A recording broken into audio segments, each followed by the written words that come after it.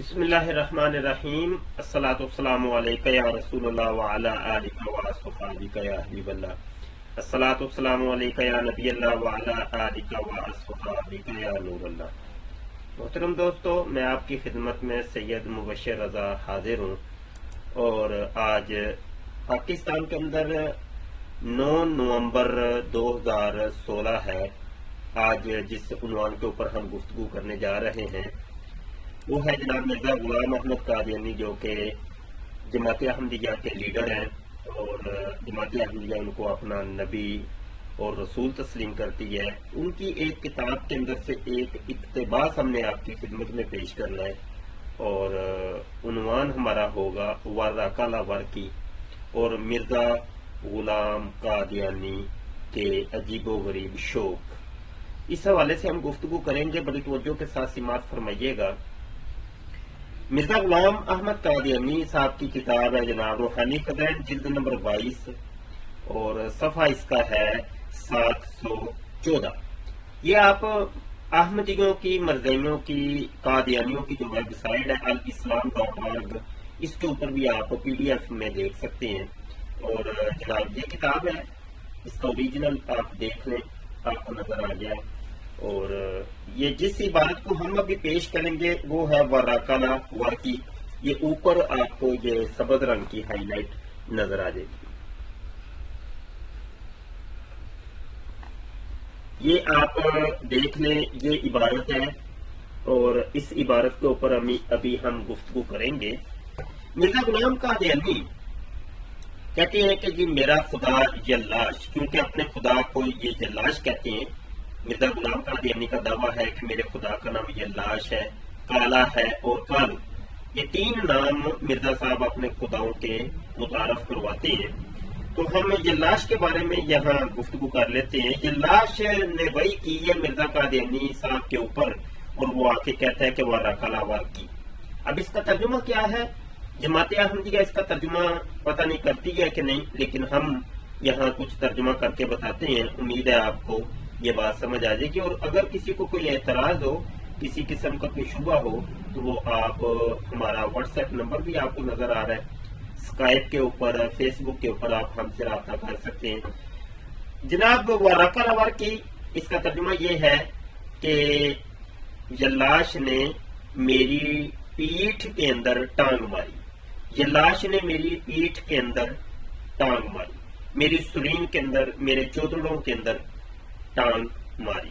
یہ سرین، یہ رقل، یہ جو ہوتا ہے ورق کا ترجمہ سرین بھی ہوتا ہے، چوتڑے بھی ہوتا ہے، تو پیٹھ بھی اس کو آپ کہہ سکتے ہیں۔ رقل، یہ عربی جو جانتے ہیں ہمارے دوست وہ جانتے ہوں گے کہ یہ رقلا یرکلو، باب ناصرہ ینصرو سے فعل ماضی معروف صیغہ واحد مذکر غائب ہے، جس کا مطلب ہے کہ جلاش نے لات ماری، جلاش نے ٹانگ ماری۔ یہ المنجد کے اندر بھی آپ اس کا ترجمہ دیکھ سکتے ہیں۔ المنجد جو اردو کی ہے، اس کے اندر بھی آپ اس کا ترجمہ ملاحظہ کر سکتے ہیں۔ PDF میں یہ آپ کو مل جائے گی، آپ گوگل کے اندر سرچ کریں گے تو یہ آپ کو المنجد مل جائے گی، اور اس کے اندر بھی آپ ترجمہ تلاش کر سکتے ہیں۔ رقل کا مطلب ہوتا ہے کہ اس نے ٹانگ ماری۔ کس نے ٹانگ ماری؟ جلاش نے ٹانگ ماری۔ کہاں ماری؟ کہا ورق کی، میری ورق کے اندر، میری ورق کے اندر۔ ورق یا ورق یا ورق یا ورق، یہ 2-3 اعراب اس کے ہوتے ہیں۔ تو ورق، میری ورق کے اندر مطلب میری سرین کے اندر، میرے چوتھڑے کے اندر، میری پیٹھ کے اندر جلاش نے ٹانگ ماری۔ اب یہ ورق کے آگے جو یا ہے، یہ یا اس کا مطلب ہوتا ہے میرا یا میری۔ انگلش کے اندر آپ جیسے کہتے ہیں مائی بک، مائی ہاؤس، میرا گھر، میری کتاب، اسی طریقے سے یہ یا اگر عربی کے اندر یہ کسی کلمے کے ساتھ لگ جائے تو میرا میری کا ترجمہ یہ دیتی ہے۔ جیسے کتابی، میری کتاب، بئی کی، میرا گھر، اسی طریقے سے ورقی، میری ورق یعنی میرے چوتڑے یا میری سرین یا میری پیٹھ۔ جلاش نے میری پیٹھ کے اندر ٹانگ ماری، جلاش نے میری سرین کے اندر ٹانگ ماری، جلاش نے میری چوتڑے کے اندر ٹانگ ماری۔ اب یہ تو ہو گیا ترجمہ اور یہ عبارت بھی ہم نے آپ کو دکھا دی۔